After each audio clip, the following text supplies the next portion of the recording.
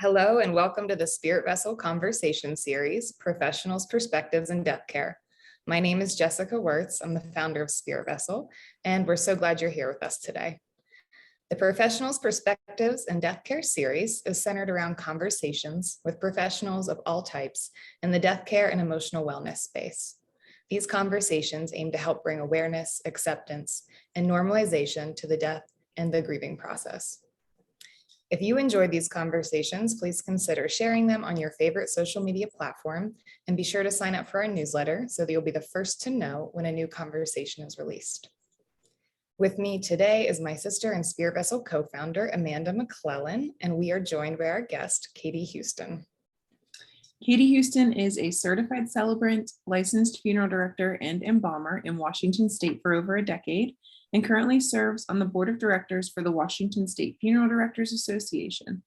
Katey graduated from Lake Washington Institute of Technology and previously practiced funeral service in her home country of England. Katey's the services manager at Return Home, a funeral home that gently transforms human remains into soil.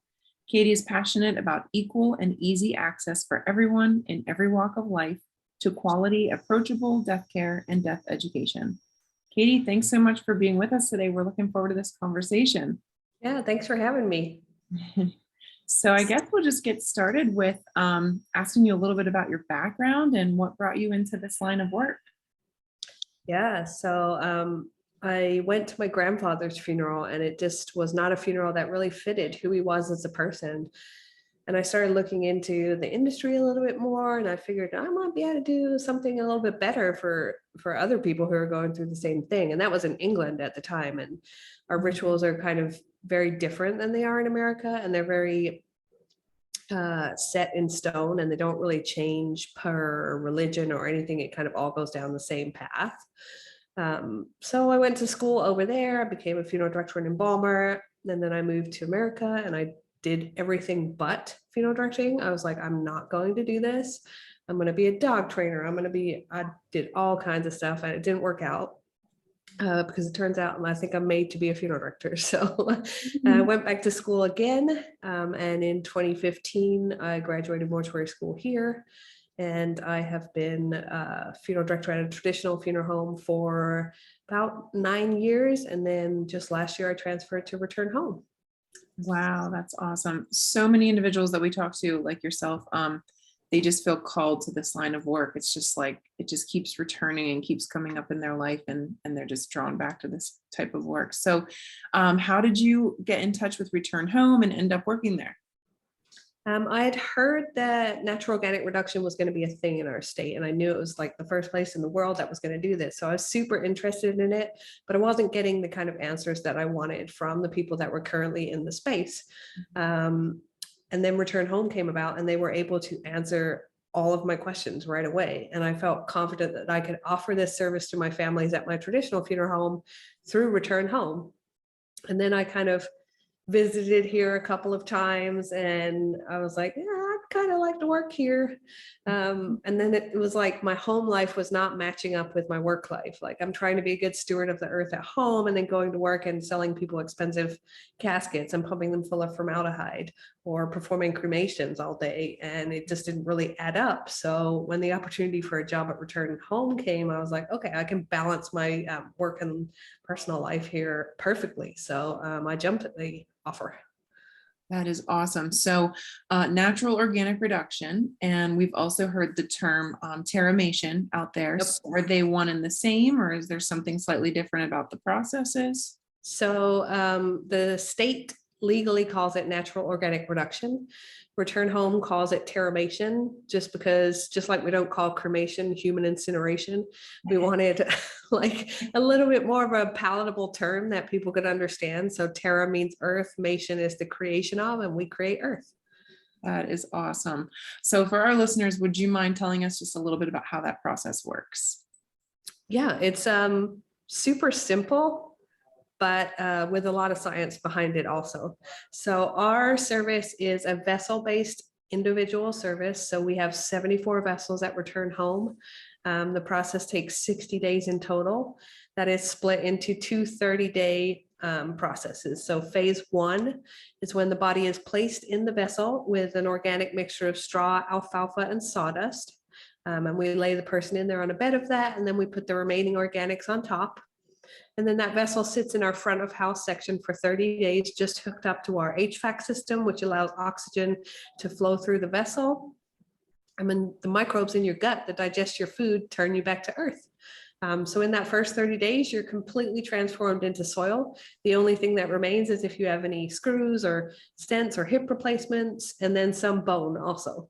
So at the end of that 30 days, we move into phase 2. And at the beginning of phase 2, we have a screening, which is where we take out those inorganics, they're recycled. And then the bone is broken down just like it is after cremation, put back into the soil for the microbes to completely consume it over the next 30 days. So 60 days total, you have about 400 pounds of soil ready to return home. That's amazing. And what do your clients typically do with the now soil? Yeah, we've had kind of all over the board. And I thought, honestly, I didn't think people were going to take a lot of it. I thought they would take like an urn size amount, be good, and then we would deal with the rest. So we purchased this 8-acre woodland property. It's about 10 minutes from our facility. And it was like abandoned property. Like it had some abandoned vehicles on it. It was trashed, but it's greenbelt, so it can never be built on. It's wild out there. So we cleaned it out and it needs revitalization. So we were like, okay, this is perfect. We're going to have this scattering garden and people can send their loved ones there. And people are, but actually the majority of people are taking all of it and they're doing all kinds of things. We have one family that shared out small portions, actually a couple of families that have, so that their person can travel the world with their friends. We have a family that built a barrier wall of trees around their house so their dad could protect them forever. We have a family that's taking their daughter back to Hawaii, where she was from. So all kinds of things. It's like cremated remains, but having more of it so you're able to do more things. The creativity is awesome. And that kind of brings up the next point. So the three of us are around this work all the time. So we know of a lot of options for people, but I'm sure you run into so many people that don't even realize all their options. And I know you attend a ton of conventions and different events to try to get the word out about what you're doing. So what is it, like, what do you wish families knew about end of life options that most probably don't? Ooh, that's a good one. There's so much stuff, like things out there that you can physically do with terramated remains or cremated remains. There's all kinds of beautiful urn options and jewelry, and you can make diamonds and shoot them off in fireworks and all stuff like that. But I think just letting people know that they don't have to do something big and grandiose. They can do what feels natural to them, and they don't even have to do anything right away. You can take time to think about it. Like, when someone dies, we generally tell people don't do anything drastic for a year. Don't sell the house or anything for a year until you've had time to kind of think it over and relax into your grief a little bit. And I think that's kind of the same with remains in some ways. Like just think about it for a little while. And with us, it's okay because you got 400 pounds. So if you do something and you're like, actually, I wish I'd done blah, blah, blah, you still can because you have a bunch of it. I love that. So you have seen so many different facets of the funeral industry, both traditional and forward thinking, of course, with return home and everything. So what are some reforms you wish would come down the line with the funeral industry, or changes that could be made? Or we know even as a society, there's so many things in place that we've been doing for decades now that may or may not serve everyone to the best, so what are some changes that you would love to see in the funeral industry? I'd love to see alternative options offered from the get-go. Like if you're in a traditional funeral home, don't wait for a family to come in and say, I want something green. Offer it to every single family because you don't know what that family wants. Also, being truthful about myth busting. Like constantly we get comments that people think they have to be embalmed to cross state lines. And that's just a myth that has traveled around the industry forever. And no one's ever done anything to combat that myth because it serves the traditional funeral home to embalm people. So I think being honest with our myth busting and actually trying to educate people instead of being like, don't worry about it, we'll take care of it, you don't need to know about this. Empowering people to make decisions that actually fit them is super important to me. Yeah, absolutely. And I even saw your mention of state lines there made me think of the graphic that you guys shared on Instagram a while back. So with your work at Return Home, it doesn't really matter if people live locally to you or have to transport their loved one to your facility. You can really help people from all over. Is that right? Yeah, most people don't realize if you've flown on a commercial flight, you've probably flown with a decedent below you in the cargo hold. There's a really robust shipping network out there, and it's not a big deal to bring someone from another state. We've served Washington, Oregon, Colorado, California, Missouri, Indiana, Wisconsin so far. And it's been no big deal. And we've had some families that have driven their loved one to us from California, and we can absolutely help coordinate that. We have many people fly to us. The airport's 10 minutes from here. It's not a big a deal as people think to fly people to us. So we can serve all 50 states and Canada. That is awesome. So good to know. Yeah. Yeah, really incredible. I just feel like there's so much education that needs to happen here and just really letting people know what their options are. And I feel really resonant with terramation and just the process of it. And I feel like, coming into this work, I do feel like there's a very much a calling into this field of work. You don't just sign up like a doctor or a lawyer in here. And just knowing all of the options and all the body disposition options is just phenomenal. But I would say probably most resonant for me is either natural burial or this terramation, which is just the process of going back to earth and minus the huge carbon footprint of cremation. Do you feel like terramation could possibly be something in the future that, I don't know, would even like override the numbers of cremations or burials? I'm really hopeful. I'm really, really hopeful that it becomes normal. And I'm seeing a couple of different reasons why I believe it will be. One is that providers in our state that are doing large amounts of cremations every year want to turn away from that and do something new. They understand it's not sustainable. So that means they're going to help lead us in a direction towards more natural options. Terramation being the easiest accessible ones for people in our state. Green burial here, there's like 2 or 3 cemeteries in the state, and they're all kind of far away from urban areas. So our option allows urban people to do the green burial.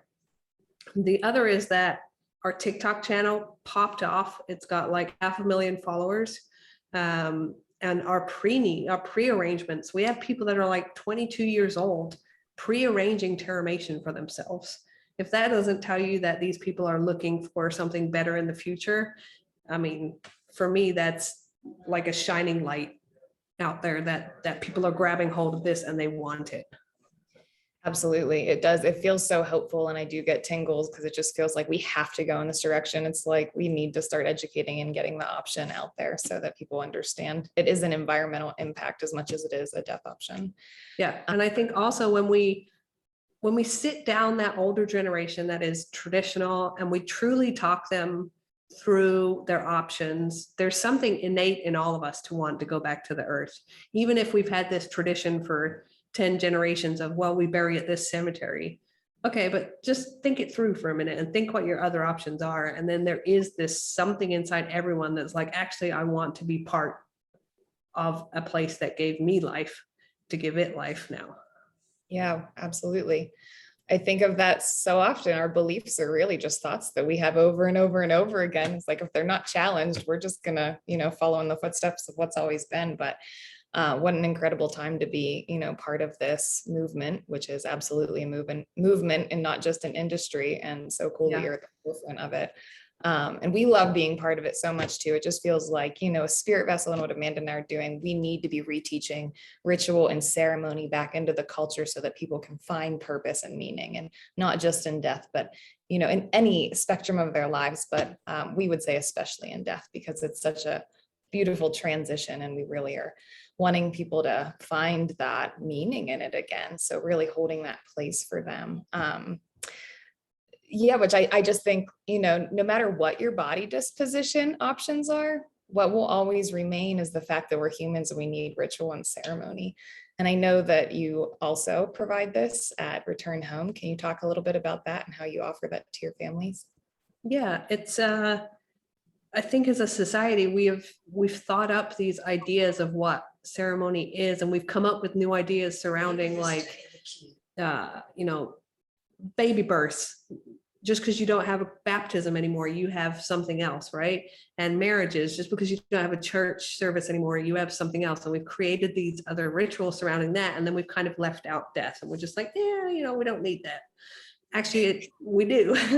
And most people want it, they just don't know how to articulate exactly what they want. So at Return Home, we've kind of taken a step back, and we're like, okay, we'll provide you this space, which is what we call a laying in service. So it's the person is in their vessel in a compostable garment. It's kind of like an open casket, but way more interactive. And people get to come in here and do what they find natural.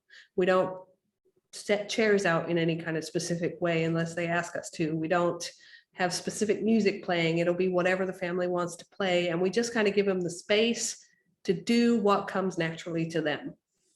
Whatever that evolves into is whatever they want. I'm a celebrant. I can put together something for them if they want. But normally families just kind of have this something in them that ends up creating something beautiful out there, whether that be just placing things into the vessel with their person, flowers, candy, cake, alcohol, letters, photos, whatever they want to put in there, or decorating the vessel. I've never had a family at a traditional service, the kids run up to the casket and be like, oh, I can't wait to blah, blah. It's usually just like, oh, grandma's dead. Okay, bye. And it's like creepy, and then they're out, right? For us, it's like kids are out there and they're decorating the vessel and they're touching their person, they're loving on them. It's just a much more natural environment. Their person's not embalmed and hard and looks weird or smells weird. So we're just trying to create an environment that allows people to do what comes naturally to them. Yeah, that's so beautiful. And it's the word is natural. I mean, it's like how many decades ago was it really that death was in the home? You know, we were doing home funerals all the time because that's the only option there was. So now just feeling like, okay, how do we re-enter back into this way of living that is so much more connected and interactive and healing for the family? Yeah, and like I said, it's in us to want to do it. We just don't know how to articulate it. So making sure we know how to ask the questions like, do you want to bathe your loved one? And most people will go, ooh, absolutely not. And then they'll call you the next day and be like, you know what? I gave my son his first bath. I'll give him his last. They just need, like society has made them recoil from it. But when they actually get to think about it, they're like, yeah, just because my person died, they didn't suddenly become nuclear waste. Like, you know, this is still my person. I still love them. But as an industry, we've taken that option away from people, and we've said like, you can't deal with this. Only a trained professional can, which is hooey. Like, no, I'm here to support you through it and help you understand what changes have happened to the body and how we can, you know, make this easier physically on you. But the rest is yours. It's your person. You do what you need to do. Yeah, such good points. And that's just so true. It's like, given the moment to think about it, that's probably not the general thought. That's like the cultural thought, not the personal thought behind that. Yeah, exactly. I just recently read Caitlin Dowdy's book for the first time, Smoke Gets in Your Eyes. And I was like, what? This is what happens to a body? Are you kidding me? Like, I thought I knew things, but the level of, you know, just more graphic detail and things she shares just totally blew my mind. So I'm like all for options that are not within the embalming sphere of things, because that's pretty intense. But question, I'm curious because I know of a couple, I think maybe only really one other place, Recompose. And is it similar to terramation? Is that the same process? Is it the same process that Return Home does? And then are there other places in the States similar to Return Home with this same terramation process? Yeah, so when it became legal in 2020, the state said, okay, you can offer natural organic reduction, but we're not going to tell you how to do it. So you got to figure this out yourself. So the companies that are out there do everything completely differently. So Recompose has their way. There's another company out there that has their way, and there's a place in Colorado that does their own thing. There's another option in Washington where it's completely outdoors and kind of homemade situation. Our desire was to not alter bodies at all. So there is nothing inside our vessels that will mechanically break down a body where there are in some of the other companies. We do not constantly rotate our vessels. They are rotated once at about week 3, which means that there's no obnoxious sound in our facility. So people can come in and visit as much as they want. And we're completely open. So people can ask about every step of our process. They can be there for every step of our process. They can visit whenever they want. The vessel that they see is the vessel that their loved one will be in for the entire process, so they can decorate it and do whatever they want with it. We're just really, really transparent and open in the hopes that it educates people and kind of takes away some of that ick factor, because you're creating this image in your mind of what composting is. And in reality, when you actually see it here, it's completely different. Thanks for saying that. I wasn't aware of just the differences there, but just hearing the process of at return home and just how there isn't sound in there and it's less mechanical, something really rings like true inside myself. Like that would be the environment that I would want to place my loved one and visit. And that just would feel so much less mechanical. Yeah. We don't need to do much. Your body does it all. We're just in the business of moving air. That's all you need to do. So where you're at now at return home, is there, do you have processes or support systems in place for after a family leaves you? Because I know it's really a long process and it seems like a very intimate one. It's not like you're just shuffling people in and out of there. You're really caretaking and really tending to them as well. So in the zone of time, and then especially outside of that time zone, what do you offer your clients? Yeah, so they're with us for 60 days. So that means that my coworker Bree and I are walking them through every step of whatever they're feeling for that 60 days, and whatever legal stuff comes up, we can help them with throughout that entire 60 days, where normally it would be like a week later, like, okay, bye, I'll see you next time someone dies. Like there was no relationship built. The families that I have served here, like, will probably be part of my life forever. Like even when they're done with the 60 days, they still come and visit, and they still, pop by and say hi, or so that relationship has built enough that they are now comfortable. If something were to happen to someone else, they can come to me, even if they're not going to choose return home, and be like, what do I do? So that relationship is beautiful. Our aftercare service, we have a team that helps with estate planning type stuff after, and then some grief groups that take place. And then in our facility itself, we hold some grief groups and like learning opportunities and craft opportunities. We're going to start a grief yoga group. So we're just trying to offer as many options as possible for people. Yeah, fantastic. Good stuff. Thanks for offering all of it. It feels so nourishing even to hear it, and not even being a part of it. It just feels like that's the experience that anyone would want to sign up for, given all of the challenges that are already on hand. So I'm curious to know, well, 2 things, because you're holding a lot of space, you're doing a lot of work.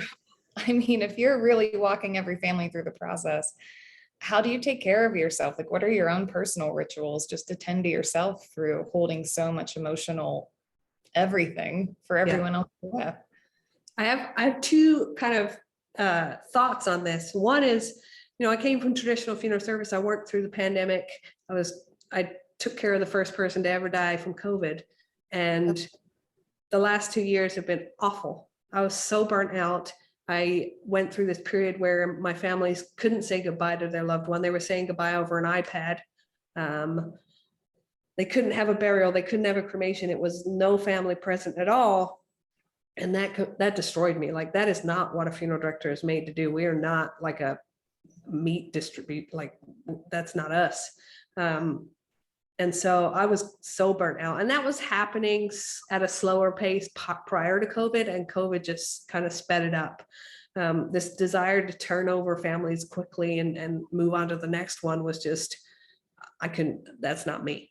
So I came to return home, and I get to walk these families through this. And as much as it takes from my cup, it fills my cup.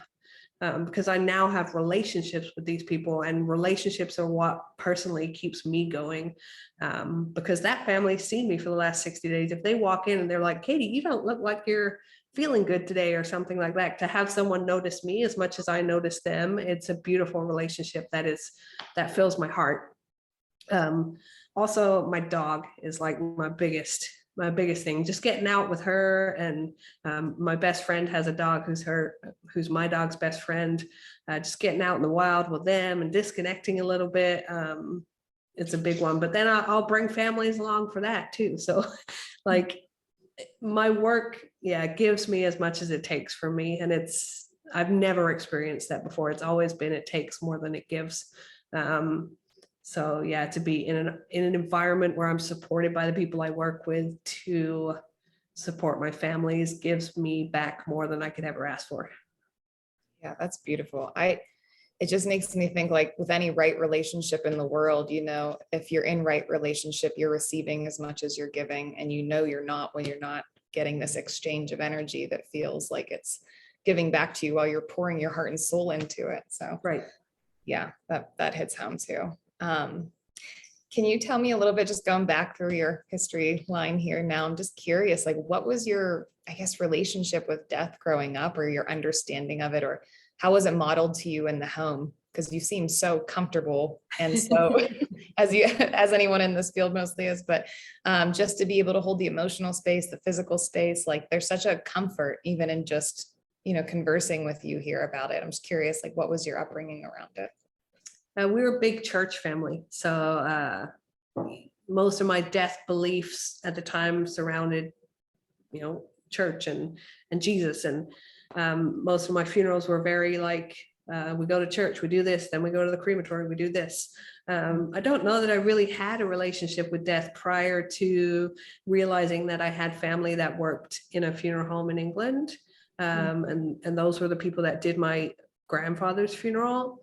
I think my grandfather was my first introduction to death, really, and it scared the pants off of me. Like, I didn't want anything to do with it. The funeral just didn't fit in. But other than that, it was the most traumatic event in my life. And I was 16 years old, and I was just like, I don't know how to handle this. No one has ever taught me how. So I went through this period where I just did the British thing, stiff up the lip and pushed it down and just pretended like nothing ever happened. And then it exploded. And I finally had to seek professional help and figure out, like, what is going on here. And then that's when I decided I was going to become a funeral director. And I went to school, and the first embalming I ever did, I cried the entire way through. Because it was this little old lady, and it was horrifying for me to see her in such a position. Like, she was a cute grandma. I wanted to just hug her and take care of her. And then I just got more comfortable with it. Like I said, people don't turn into nuclear waste after they die. They're still someone who gave so much to the world, and are still loved by people. And this body carried them through whatever life they experienced, and it deserves to be loved and cared for and respected. And I'm more comfortable with the dead than I think I am the living. So they don't talk back is always my trope, but they actually do. They guide me through some very hard times in my life. And I think about what some of these people I've taken care of have done for our world and our planet and the way we live. And I am grateful to have been given the opportunity to take care of them. Thank you. Yeah. There's, there are people who you do your work in the world because you need money, and there's some who need to take care of their kids, and there's the whole gamut. But then there's some who are just like, yeah, I have a real physical life I need to take care of, but I also have a soul calling that I really need to, that actually just won't let me step out of it in some ways. And I feel like it's so beautiful to meet people who are in this industry and really doing the work of like ushering souls over in this. Right. It's not just the body. You're really there for the whole experience. Yeah. I heard a quote the other day that was, we're all just here to walk each other home. Yeah. Ram Dass, I believe. Yeah. Yeah. That's what we're doing. I'm here walking those grieving people home to wherever they need to get to, but I'm here to walk those people who can't walk themselves anymore also. Yeah, beautifully said. I think it's something that I think of so often too is like, if we're able to do this work in this generation, we're setting the next generation up. So it's not just what's happening current time. It's like, how do we, fulfill in our lifetimes what we can to set up for the next generation and teach them so that, when you know better, you do better. And how do we teach that? So how do we teach people they can grieve and it's normal? And how do we teach each other to take care of a body and really walk the whole way through life together in a respectful way?